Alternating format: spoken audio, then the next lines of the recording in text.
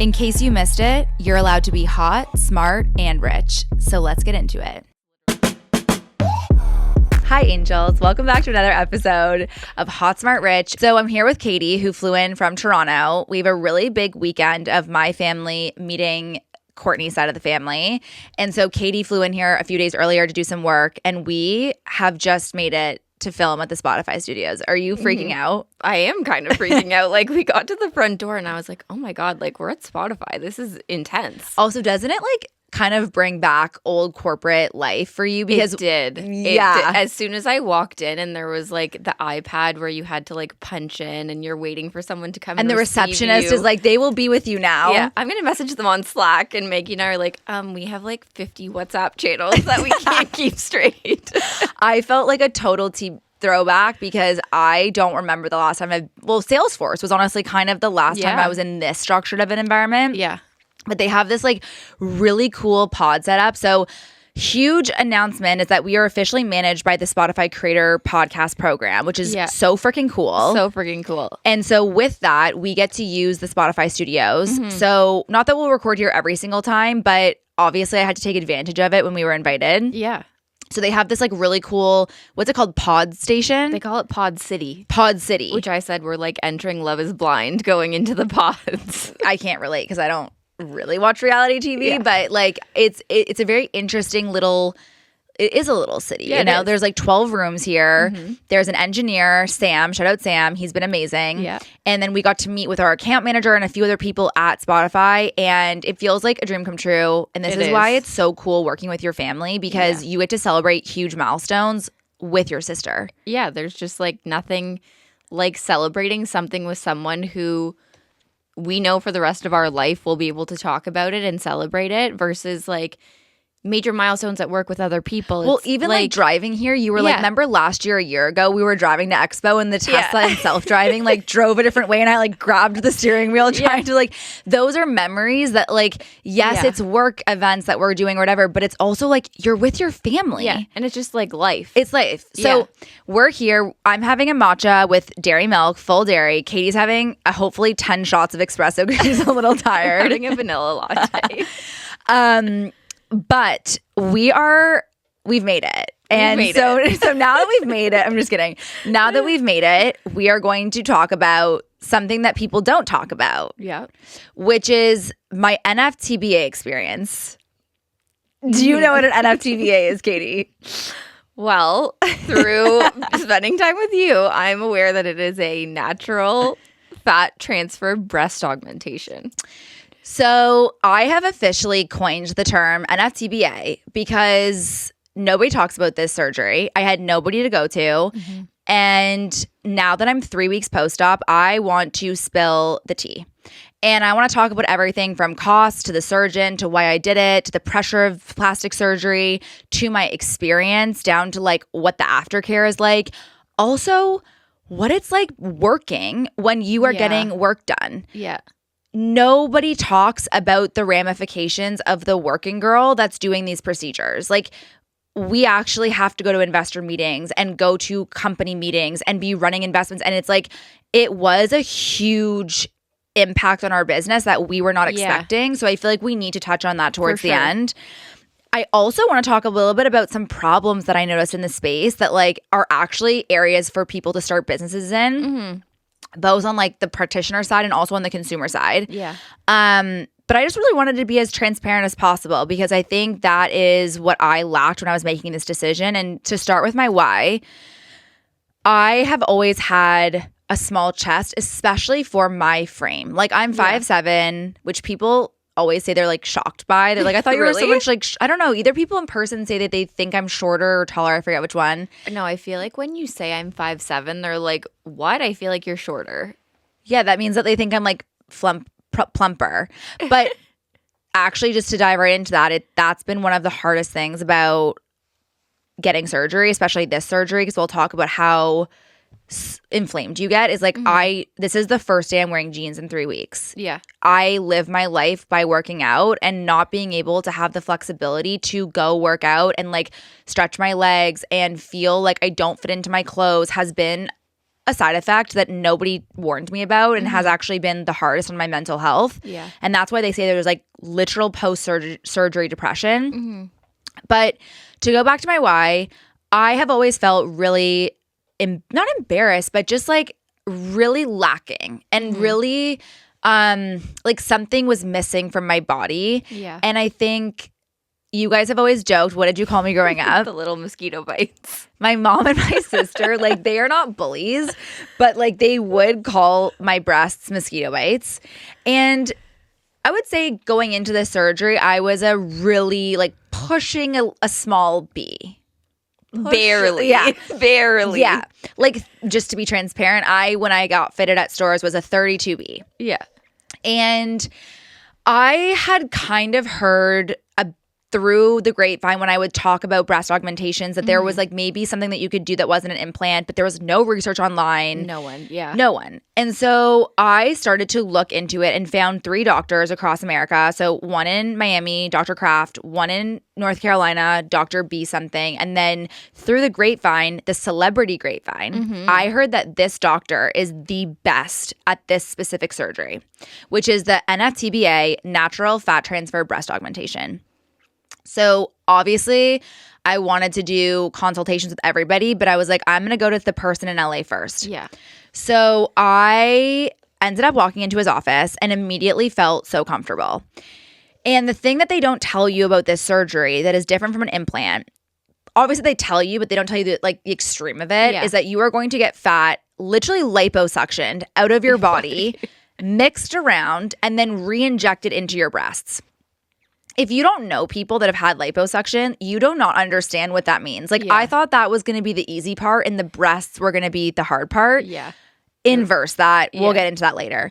But I went in for a consultation, not really sure if I was fully going to do it. I was just exploring. Yeah. Obviously, plastic surgeons, they see probably so many people that don't actually have intent to purchase. So they have a consultation fee. I believe his was $250 or $500, which you can put towards your surgery. Yep. So I paid that. This was back almost a year ago that I did this consultation. This was a long time ago. Because it took me so long to even get to the point of actually doing it. Yeah.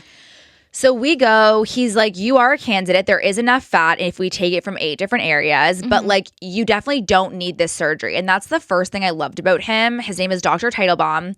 He did not make me feel like it was something that I needed. Yeah. He was very much like, we actually can't take it from your stomach because like you don't have enough fat there. And like it will look like it will wrinkle and it will have lumps and all the things that you don't want when you hear about liposuction. So I left the consultation being like, okay, I'm not really sure because there was no before and after pictures at his office. Yeah. That was the craziest part. He had books and books and books of like before and afters of implants. There was one photo and it wasn't in a book. It was like you had to ask them to print it out. And it was a very moderate change. The breasts looked fuller. The shape was a little different. But you are not going from like an A cup to a D cup. No. That was not what I wanted though. Yeah. And I, as a low B, wanted to get to like a full C. Yeah. That is exactly what I have 3 weeks post-op. Yeah. So I left that consultation always in the back of my mind. Like I had thought about it. I went in for another consultation about 6 months later. With him still? With him still. Because Yeah. I was like, I still have questions. Like there was just so much unknown still. Yeah. I didn't pay a second consultation fee, but that's when I found out, or the first time I went in, I found out the price of the surgery and he quoted me almost $17,000. So obviously that's a huge number. You're like, how am I going to be able to do this? Like I also have a job, but I wasn't even thinking about the post-op care. That's the craziest part. Yeah, yeah. So 6 months in, I go back. He kind of says the same thing like that he had already said. And he was actually very much like swaying me away from the surgery and was like, if you are looking for a subtle improvement, this will work. But if you're not, like this is not for you. Like you need to go in a different direction. Yeah. So finally, I decided when I was I think it was like towards the end of the fall, I was like, I am going to do this. And he is a really in-demand surgeon. So like he books up crazy amounts in advance. They had an opening. And we had the busiest end to the year, which was like the coolest thing ever was December, like the launch of my Nude Sticks campaign. We were doing the HSR Suite. The HSR Suite, our holiday event meetup for the first time, our Bravo Toast event. Yeah. It's also the holidays. I was going to Bali, going to Taiwan. And they're like, we have an opening next week on Tuesday. And I call my sister and I'm like, I booked my surgery for next week. Katie literally almost threw a fit. She goes, Maggie, do you not remember what you looked like when you got your wisdom teeth taken out? You get so swollen from general anesthetic and surgeries. I was like, this is literally the biggest month of our life. You need to move the surgery. If I had done it then, I would have been so mad at myself. So mad. So here's what happened. I didn't do enough research of what the surgery was like. I was so fixated on the breasts. Like I was the outcome of what they would be versus the recovery and like what your body goes through to get the fat to put into your breast to inject. Like that is what I hope to share on today's podcast because it was like on anything I've ever experienced in my entire life. So December comes, I like tell Katie I've put the deposit down. I'm getting this surgery. God. It is like 10 days before our biggest events. Not even, it was like a week before. A week before. Yeah. And she convinces me that this is the worst decision in the world because as a woman with a career, you have to think about things. Exactly. Like you can't just be like, oh, I can go into hiding for 3 weeks, which is essentially what I should have done. Yeah. But like we had to execute and like we are a startup. So we were the ones actually until 11 p.m. at night, like putting everything together, waking up at 6 a.m., transferring things over. Yeah. Like I still can't even lift doors or like do anything. Open doors. Yeah. Like getting out of the car today, you were like, can you take my bag? Yeah. Yeah. So, okay, thank God Katie was like the voice of reason and was like, you are not doing the surgery in December. So that day we then were like, let's use the deposit to put down for February. Yeah. So I knew that I was going to be away in January, which was my time to go skiing, which also like a huge mistake that I made was I thought that I should gain a bunch of weight before the surgery because I was like, then they'll have more fat to take to put into my breasts with the liposuction. What that has ultimately done is like now I'm at a place where I want to get back to like my trim ideal body because I do feel so much bigger than normal and swollen and inflamed. Yeah. And it's like the mental health post-surgery depression that I have is so real that like I actually think what I would have done is just stayed the exact same because the doctor had cleared me to have enough fat to transfer to my breasts regardless. Like I shouldn't have tried to put on weight. I was skiing every single day. So I was like eating twice the amount that I normally would because I was working out so much. Yeah. And I think if I could do it over again, or for anybody that's listening that ends up doing this, it's like, do not try to gain weight because you are going to want to lose that. And then the problem with this surgery is like, it can then get lost from your breasts. Yeah. So now what I'm doing is like, I'm trying to have to like lift a bunch of weight versus like lose weight. I'm just trying to transfer the fat into muscle. So we decided to push my surgery to February. January, amazing month, was able to go to ski every single day. February comes and I start having panic attacks because I have gone under general anesthesia for my wisdom teeth and for my appendix, which is an emergency surgery. Yeah. I've never gone under for a cosmetic procedure. No. And leading up with the business on a roll, things happening, podcast secured, like my boyfriend and I deciding to move in together and have all these amazing life moments and all these exciting announcements that are to come. I kept just thinking to myself, like, what am I doing? Like, I value my life so much more than I value the size of my breasts. Like, why am I putting myself through the potential risks of this surgery? Yeah. I didn't do my diligence to find out like what are the potential side effects of your life going into a liposuction surgery versus normal general anesthesia. Yeah. And so because I've been under general anesthesia so many times, I've gotten multiple colonoscopies because of my celiac disease. You didn't even say that before. No. Yeah. Wisdom teeth, like appendix, I didn't think it was going to be a big deal. Yeah. And then when I started doing research, I was like, oh my God, this is actually like it's not a risky surgery, but I have never chosen to do a surgery where there could be a complication. And so I start having panic attacks, like going into the surgery. And I have to shout out my boyfriend because not only did he take care of me, which we'll get into the aftercare, but he was and you were such a voice of calmness for me during that, where I would be in a business meeting and I'd be texting Katie being like, I think I'm going to cancel because I can't do this. Like, I can't put myself into the position of potentially having something happen to me. And I said, it'll be the best $17,000 you ever spent will be canceling the surgery. I remember that. Because you will not live with any regrets of like, if you're not mentally ready for it, you shouldn't do it. So that was something that happened like the week before I went. The weekend I was going to go. Yeah. Because no one talks about this, because I had nobody to look to, I was like, what am I doing? And I had already paid the full amount. So like, that's a lot of money. Yeah. And I said to Katie, like, I need to cancel. Like, but I'm such an idiot. I already paid this. Like, I don't have like $17,000 like hanging around. Like, I can't just like throw that down the drain. Yeah. And you said the best thing to me when you said it will be the best $17,000 you will ever spend will be canceling it if that's what you decide to do. Yeah. And if you are planning on getting surgery, you need people around you like that. Yeah. Because there's actually an entire section in Dr. Teitelbaum's book where he gives you like a full play-by-play of everything to expect a month out, 2 weeks out, a week out, aftercare, family and friends.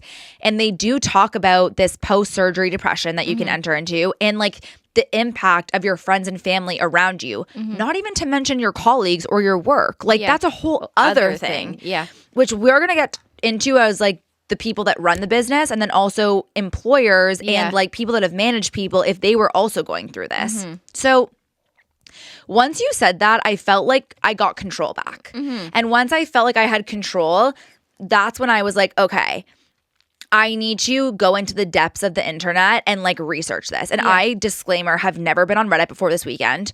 I found this plastic surgery Reddit thread. And I was like, this is Reddit. Like, I understand Reddit now. I just thought Reddit was this place where people would like hate on people. Yeah. But it's actually this amazing community of people that are there like helping each other. I was seeing before and afters for the first time, like write-ups of like, this is what my experiences was. I'm a year post-op. I'm this.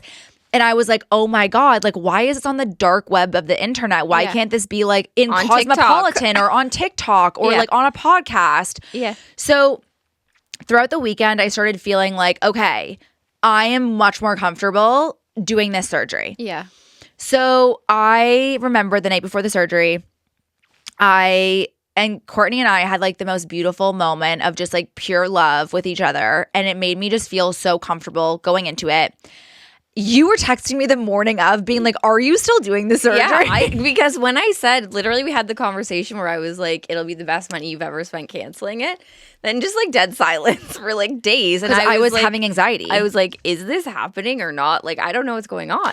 Okay, so I shut out people when I'm going through really bad times. Yeah. You know that about me. And then what ended up happening is like Courtney, my God, he is the best thing that's ever happened to me. He was so there for me, like through the mood swings of yes, no, yes, no. Yeah. And then the night before your surgery, the anesthesiologist calls you. Okay. And that is the person that is like meant to keep you alive during the surgery. She had been with my doctor, Dr. Teitelbaum, for I think over 20 years. She was like, this is exactly what you can expect. She answered every single question.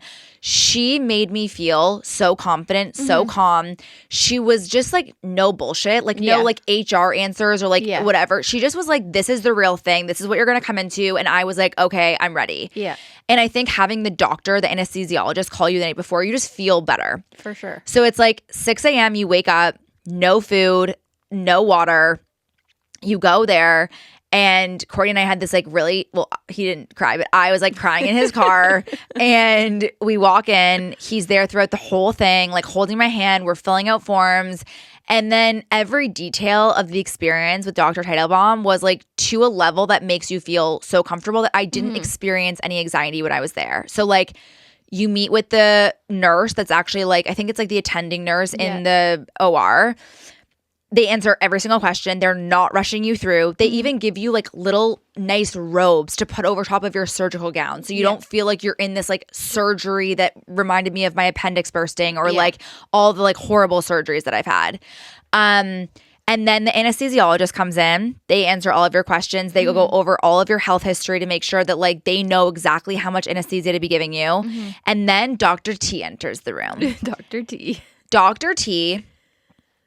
And I will say, I think I chose Dr. T as my surgeon because he doesn't have social media. Yeah. I do not want the doctor that is doing TikTok trends to be cutting me open and putting something in my body. Yeah.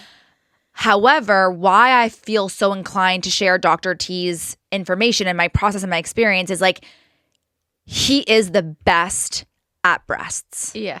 If you want your breasts done, this is the doctor that you need to go to. He doesn't use social media. So how are you supposed to find out about him? It's patients like me who are brave enough to honestly be open about their surgeries that need to put these surgeons on the map. Yeah.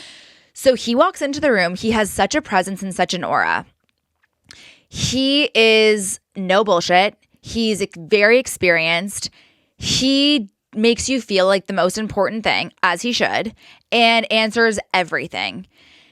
Then it's like just little things that you pick up from somebody like that, where it's like, even though he's seen my breasts a million times, when we're sitting and talking after I've had to take off my surgical gown for something, he's like, oh, you can cover up now before we keep chatting. He's not like, keep your shirt off, like he's there to make you feel comfortable. Yeah.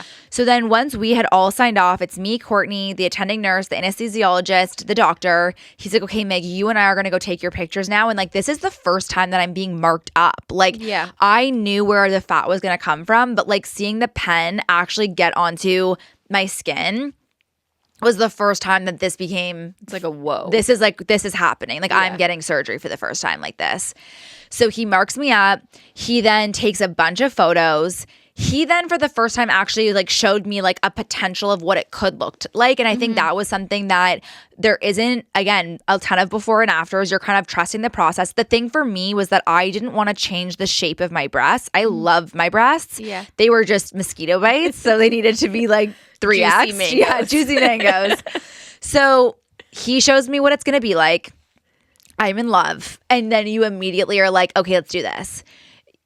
The next thing I knew, I'm going into the OR, I'm getting onto the table, and you have a little small talk with the anesthesiologist, and then you're out. And when I woke up, I was in the recovery room. Courtney's there. And the first thing I say is, Dr. T, you look so young. What? Yeah.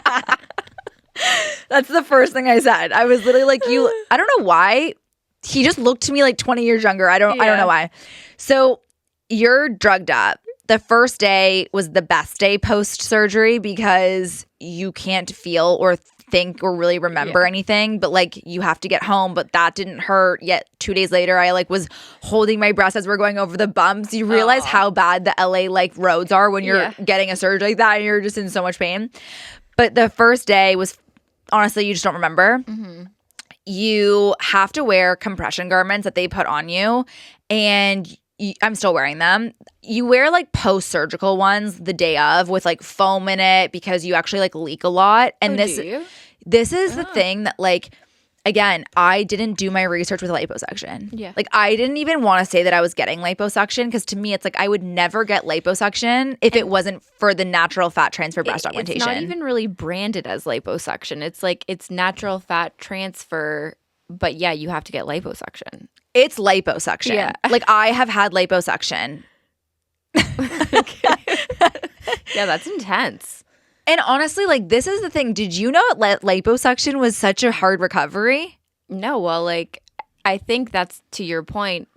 People don't want to talk about the fact that they've had liposuction if they have had it. Like it definitely, I don't know anyone who, if they've had it, has ever said, I've had liposuction. So like, all right, well, anybody that's listening to this, like liposuction is the hardest thing and the most painful thing you will ever go through. I think it is so worth it now. Like 3 weeks post-op, I am thrilled, but like they're really good. They're really good. Like for the 4 days following, I would say to Courtney, I'm an idiot. Why did I do this? I'm in so much pain. I cannot believe I did this to myself. Like it was horrible. Yeah. And then day 5, I'm like, I'm thrilled. Yeah. This is amazing. Like I feel like a woman for the first time. And long story short, like the liposuction is just a level of pain that you are not prepared for. And I don't know as a mom, like when I deliver my first child, I will be able to tell what is worse. Yeah, you can compare. But like it is, so I got the fat taken from the back of my arms, my bra bulge that existed without wearing a bra, that always really bothered me. My outer thighs and my lower back. Mm-hmm. So essentially my entire body, minus my stomach and my inner thighs, which are other places that people do it. So like I couldn't get in and out of bed by myself for 3 or 4 days. Like Courtney is literally lifting me out of bed to get out of bed to go to the bathroom. It was the best part of my days were standing and working. The craziest part is the day I came home from surgery, I edited a video trailer for the podcast. Which did amazing. Wasn't that Christine's? Yeah, it was Christine's. That one is like one of the best trailers we've done. So the drugs worked. Yeah. The second day, I actually did a few calls, and I remember I just had to stand for them because the sitting down was the worst. Mm-hmm. And then that was the best position I could be in, was just being vertical versus horizontal. Like your legs have to be elevated. I wore the same pair of pants. These were not the everyday pants that everyone has loved from Enza Costa. This was like sweatpants for the first week. Like you just are not okay. I had scheduled like an entire weekend of plans. So I got the surgery on a Tuesday. I was going to like my boyfriend's sister's birthday party. I was going to do a dinner with my friends. Like I was not prepared for what this was because I was told that it was like going to feel as if it was a hard workout. It was not a hard workout. No. And so I was basically bedridden and house ridden for 5 days. I still have not drove a car. Really? I still have not driven a car in 3 weeks. Okay. Kind of like because we were in London and then the car got hit. So like there's and just then I'm here and I'm driving. Yes. But I don't think that you can drive, or I wouldn't suggest driving for at least a week. Yeah. And then the work part of it was really challenging. Yeah. Because I wasn't expecting to feel so off for so long. And I remember we had booked a podcast recording on the Monday. Yeah. We had booked going to prison with 30 women. Oh my gosh. Yeah. 7 days post-op. And I remember 5 days in, there was a turning point where, because like for 5 days, I was like, I'm not going to be able to go. Like there's no way I can drive for 2 hours in a bus, host people, be in prison. We were coming up with plans that were like, what if we have to like eject you in the middle of the day? Like, how are you going to get home? Like it was intense. So day 5, there was a turning point where I was like, okay, I can get through this. Like I can do a podcast. The next day I could go to prison. It wasn't pleasant. So for anybody that came to that day and like maybe I wasn't 100% myself, but like now you kind of know the real story of like what's going on.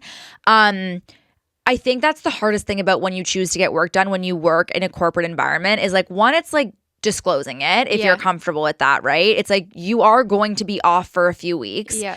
And your productivity level will not be there. No. So, I mean, I'm not your employer, but if it was somebody that was at our office and was like, I need to take off time and I'm getting a surgery, I would prefer them to literally be completely offline as if it was an out of office for that almost 10-day period. Like you get it on a Monday, you then have until the next – or you get it on like a Friday. Yeah. You have that weekend, the full next week, then a weekend, and then you come back to work. Yeah.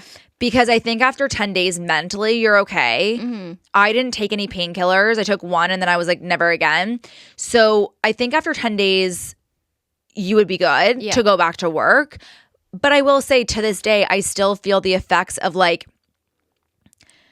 not feeling like myself. Yeah. And like stamina and being able to be on the go and like moving around to different locations. Like it's a lot. It's a lot. So I think if you're working a desk job and you're remote, it's totally different. Yeah. But if you are going into the office and like you are going to have to be dressed up a certain way, you work in finance, like it is something where you will have to take off that full week and then have those 2 weekends to make sure that like you are going to be appropriate to go back to the office. Because this is the first day I fit in jeans 3 weeks later. Yeah. Like it's crazy. And you would need to plan for that. Like what are you going to be wearing even 10 days going back to work because your clothes aren't going to fit you? And what do you think about like if people at your office, people at our office or even when you were in Missouri, like if they came to you as their manager and were like, I'm getting surgery, like do you feel like, how do you feel like you would have reacted?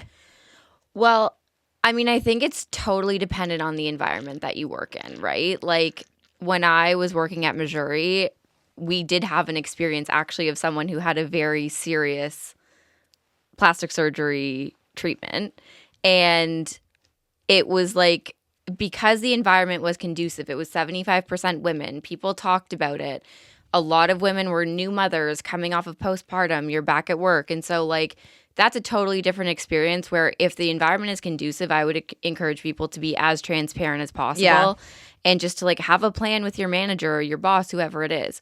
But I totally get for like the girls who are working on Wall Street or you're in a big four or you're in like a corporate environment, like that's a totally different situation where you might want to choose, to your point, be like you book it on a Friday and you're not back for 10 days and you don't talk to anyone about what happened because there's a risk they're going to view you differently. And that's the unfortunate situation that women are in today is like you're going to be judged for it. Yeah, the craziest thing at the London meetup was I remember there was a few girls that do work at big banks and they were like, I feel like I really can't be myself and I can't be feminine. And it's just like so interesting to me because if you think about like I have dated investment bankers and have like gone out with them and their partners late at night and played dice and like all the things that like the bros do. They are talking about things that like if they talked about as a woman like would be a completely double standard.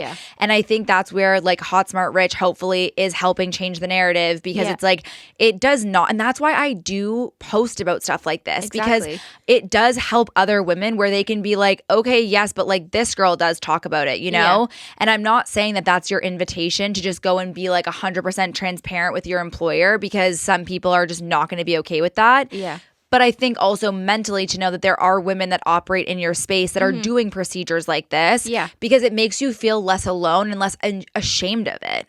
Like hopefully if you do work in a corporate environment, you can find an ally. Like there must be someone in your office who's, even if it's just like, you know, I had Botox the other day. I've had this green friggin' like bruise on my forehead for 10 days. Like people have done things and it's finding your allies. Wait, I have a question. Like, don't you think that it would be like, because you know how medical aesthetics, if you work in private equity as an example, like medical aesthetics is like one of the biggest acquisition targets right now because they're just like so profitable. Like customer research. You should honestly, like I would test out being like, honestly, I'm just being a good consumer. That is my thesis is like, these men want to buy these businesses in plastic surgery, in medical aesthetics, yet you're judged if you work behind the scenes and you actually know firsthand what a patient experience is like, yet you're judged for that. So I would actually, not in a sassy way, but in a way where it's like, I think that actually makes me more valuable for our experience. Like if it's in private equity or it's something related to it, is like, I actually have a firsthand experience of it. Like own your power. Own your power. And you always say this, people treat you the way you let them treat you. If you're ashamed going to them, of course they're going to treat you that way, you know, versus like to your point, you're being a good consumer and just own it. That's another avenue you can take. And then each person needs to weigh the risks on their environment, their relationships, and figure out what's going to work for them. Yeah, totally.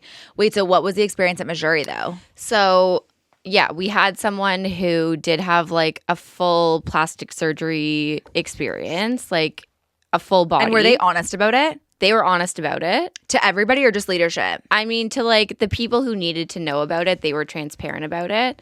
And it was like, you know, came up with a plan. They would be away for X number of days. And then when they did return, it was really hard on them. Why? Like really hard. Well, the same things that you're experiencing. And they did come back like less than 7 days after. And so they would be in meetings like, to your point, you're sitting, so like they're getting up, they're trying to move around, they're leaning against the wall. Like you could just tell that it was mentally hard, it was physically hard. It was just like, was there like chatter amongst the office around it? I mean, I think there probably was a little bit of chatter, but it was not any of the amount of chatter that would have been like if you're on the trading floor. You know, it was like there was chatter, but I think there was also just genuine like curiosity about what they had experienced. Well, and I think that's what like is also hard about being so open about this experience is like I was actually pulling up some notes on Botox because Botox is something that is like almost so accepted that it's almost an expectation now. And if you think about Botox and its history, like it's really only been around since over the last 20 years. It has this like monopoly. So it's really interesting because the history of Botox is like in 1989, the FDA approved it to treat eye muscle disorders that's when doctors started noticing that it was actually helping wrinkles go away. And so in 2002, it was then approved for cosmetic use. Only for your 11s and your wrinkles, I guess, like that's your between crow's and your feet. crow's feet. So then in the early 2000s, it was really only used by like the ultra rich, the celebrities, super hush hush.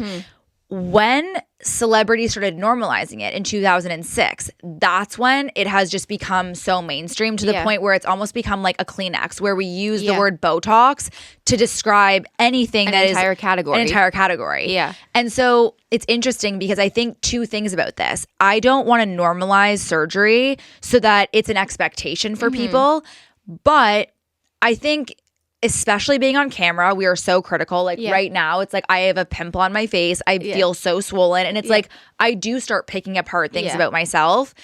And so there is this world that we're moving into, which is like so video focused, so appearance focused. So there is that pressure. And like I do want to be a place where people can come and listen to a genuine review and understand what they're going to get themselves into. But by no means does this mean that you should go and get surgery. No. And like you don't feel pressure to get surgery after watching my experience. No. And I usually don't feel pressure. Like when I see someone do a nose job, I'm not like, I need a nose job. Yeah. But I do worry about that effect of like Botox with influencers like Kim Kardashian normalizing it and like getting it on TV. It's like now it's the expectation and the norm. So I think it's like one thing you just have to be really careful of, because one thing I will say that I was not expecting, because I do not have an addictive personality at all. When I saw the results and how good they were and like how happy I am with them, I did feel this sense of like, oh, that is interesting that you can change something so much. And like it wasn't as bad. In a former episode that Courtney was in, he was talking about how you only remember good things. Yeah. You forget the bad. And it's so true. Like that experience for me recovering was honestly horrible. Yeah. Now I only really look at myself and I'm like, this is amazing. Like I'm so happy I did this. And so you can get yourself into a really scary situation if you start to spiral. And I think like we even met somebody yesterday who like has a face where it's like you have done too much to it. Like your natural beauty has gone away. Yeah. And there's actually this TikTok that I saw a few weeks ago that I've saved that we'll put in the show notes. But it's like, can we go back to the 90s when every single person's face looked different? Like it was it was I saw that. the Charlie's Angels, like Cameron Diaz, Drew Barrymore, what's the other one's name? Lucy Liu, Jennifer Aniston. Like everybody looked so different yet so naturally beautiful. Yeah. And now I feel like there's a face. Yeah.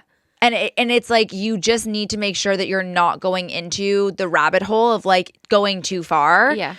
So any other questions that I haven't answered around like price, costs, experience? Like how long was your experience that whole day in the office? Like when you arrived until when you left? So we got there at 7 and then we left. I don't remember. So I remember that like the surgery I thought was supposed to start at 9. I think we didn't start until like 10:30 or 11. And I'm pretty sure my surgery was like 3 or 4 hours. Like it's a large surgery. Yeah. That's long. Oh, I should talk about scarring. Yeah. So I have little scars underneath my breast, which you can't see because they've naturally already started drooping. And like it's the size of the end of your fingernail. Like they're not even, tiny. they're tiny. Even like I had to get a bunch of moles removed for precancerous potential moles. Those scars are bigger than the lipo scars. Yeah. So under my breasts, it's just there. It also was on the top of my nipple. And so that has blended completely into my nipple. You can't even see that anymore. I have one on my elbow and then one behind my, see like I can't even like put my arm there yet. One at the back of my arm here. And then the butt area is where you can see most of the scars. So there's like one at the top of my butt. There's 2 below. And then I think there's like 2 more in my actual butt. So those will go away. But it's like you're mostly wearing pants the whole time. Unless you're in a thong bikini, you won't be able to see them. Well, even I have like an 8-inch scar from having a C-section. When it first got done, it was so red. And now 3 years in, it's like completely flesh color. Like you won't even be able to notice it. Yeah. You have to show me later. Yeah, I'll show you later. There was some really interesting – so it's such a big market and I would be so interested to actually do some diligence on this. But one – thing I noticed is that there is one company called Marina, which is the post-surgical garments. That's what I was going to say. You have to talk about like the post-surgical, what you needed that you didn't have. no, like that is an opportunity for people. Like they have a monopoly on post-surgical garments, which so many people are doing surgery nowadays. It's like this is actually an opportunity to create like the Spanx you have to wear surgical one garments for 2 weeks post-surgery. Then you can switch into something like Skims or Spanx.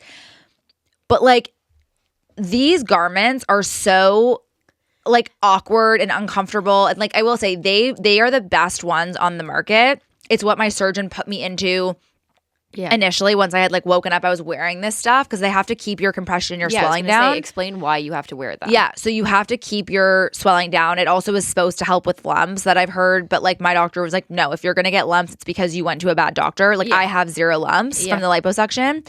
And so they put you in these garments and you only have one pair, right? Yeah. So it's like I had to go and buy almost like $600 worth of other compression garments of the same company because I'm not wearing the same thing for days. Like, and you said you're leaking. So it's like you need multiple pairs. And so Marina is the best company for that. There's really only one good company out there.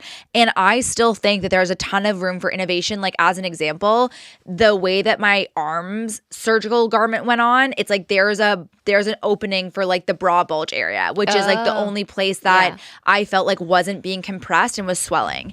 And then there's just like other things, like even going to the bathroom today wearing all the garments took me like 10 minutes to get everything on and off, you know? So I just think that there is an opportunity to create something in that space. It's like the figs. Like who's going to do the figs of plastic surgery? Of plastic surgery garments. Let's do it.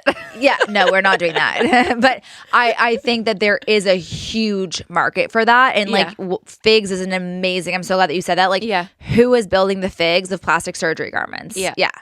And then it's interesting, like on the practitioner side. So I've invested in this company called Upkeep, which is like the medical aesthetics, the class pass for medical aesthetics. Doctors' offices for surgeons are a business, right? But like they're a surgeon. So like it's interesting because Dr. T I want him to be an expert at his craft. I don't want him to be a social media star. Do you know what I mean? Like no. I think that there is an opportunity. I don't have the answer, but the problems that I've seen existed is like reviews for plastic surgeons, like even having a place where you can go and like a Reddit type thing for plastic surgery. I've heard that there's something, one person told it to me, so it's not widespread yet. Even like booking your follow-up appointments and like it's a very archaic space where like I think technology could come in and really offer like a seamless customer experience for patients, and even like being able to, when they're taking your pictures before and after, like being able to log on to something and like track your progress. Like digital health delivery of the post-surgery experience. Yes. Like remember when I got Invisalign and they like remind you every week to like change your Invisalign, then you take pictures of your mouth so it like you can actually track your progress. Like I feel like something for that, especially for surgery, which takes months to actually settle, like your breasts, they say your nose, whatever it is, like you need a period of time to validate that. Well, even like, so Valeria Lipovetsky, who I love just as a creator in general, she recently got her nose done. And she was talking about this too, where she was like, I had to do all of my own research. I was literally on ChatGPT figuring out like, what's my meal plan? What are my supplements? So I'm like not inflamed. And like, she was doing all of that. And there's an opportunity for like the digital health delivery of like, this is your pre and post-op plan to take care of yourself. Yeah.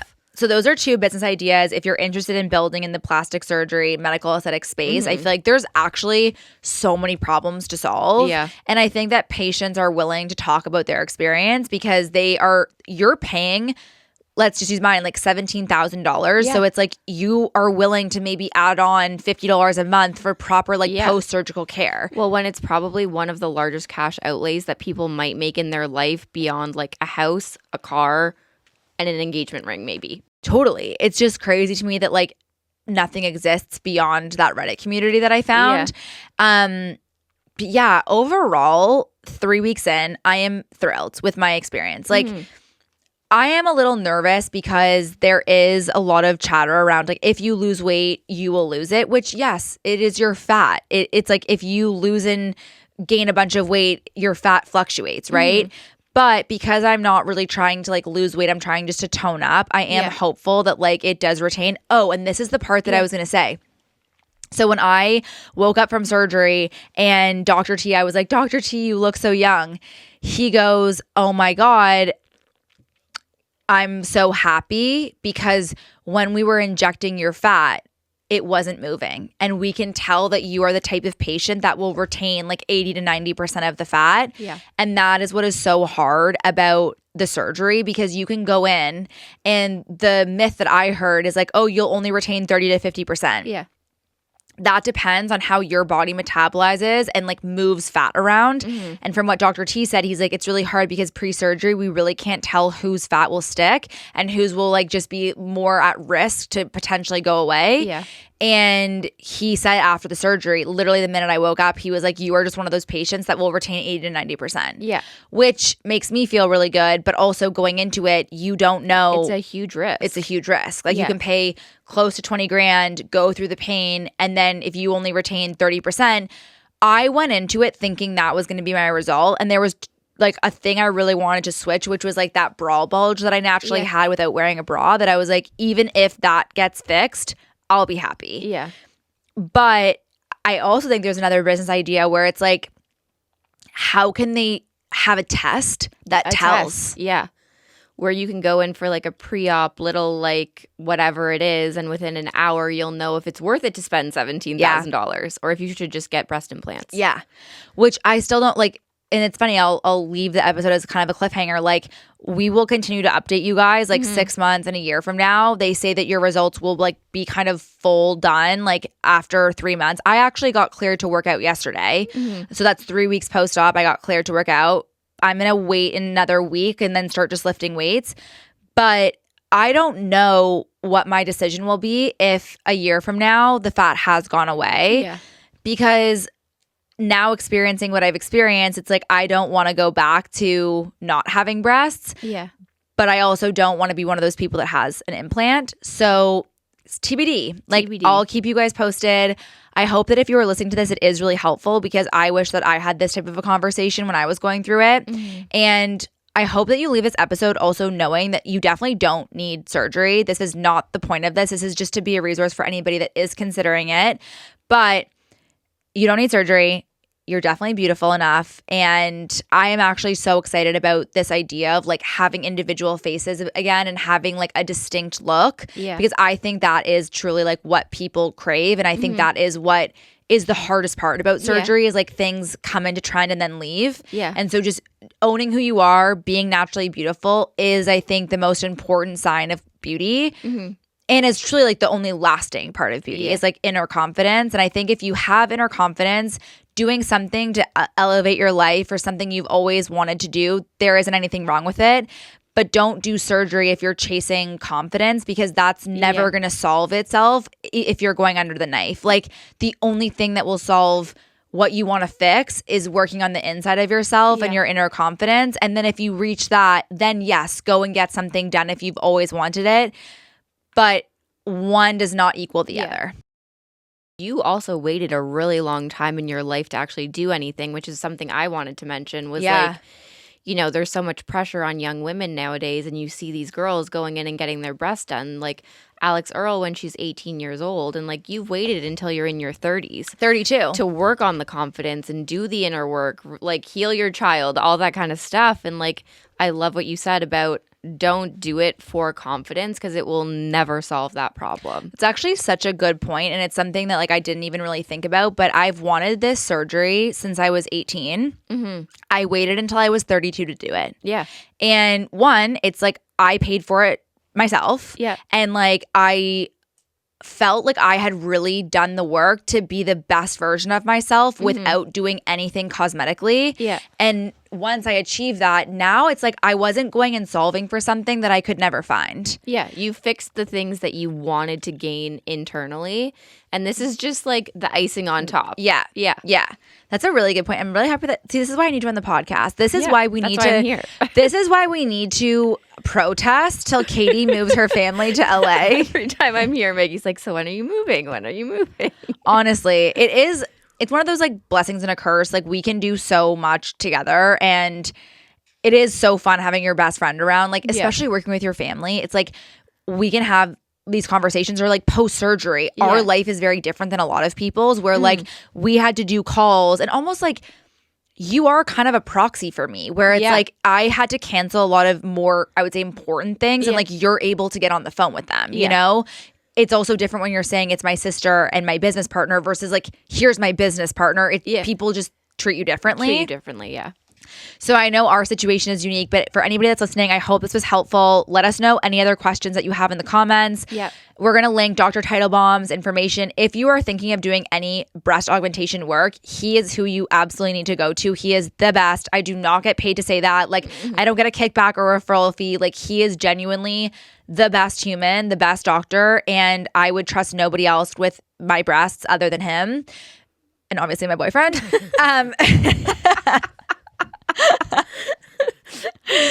But thank you so much for listening. If you haven't already, please rate, review, subscribe, and let us know what we should talk about next time. But we love you guys, and see you next time.